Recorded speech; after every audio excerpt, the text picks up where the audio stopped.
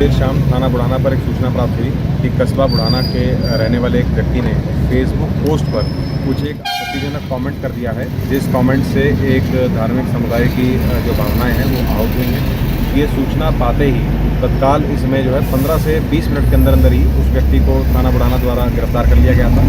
इतने में उसकी पूछताछ, उस पोस्ट की डिटेल जाँच की ही जा रही थी कि अफवाह फैल गई कि शायद उस आदमी को पुलिस द्वारा छोड़ दिया गया है। इस अफवाह पर जो है कई लोग जो इकट्ठे हो गए थे, सभी लोगों को समझा दिया गया है। यहाँ पे समस्त फोर्स जो है सर्कल की यहाँ पर मौजूद थी, उनको समझा दिया गया है कि इसमें जो है अभियोग पंजीकृत करके सुसंगत धाराओं में उसके विरुद्ध जो भी विधिक कार्रवाई है वो की जाएगी।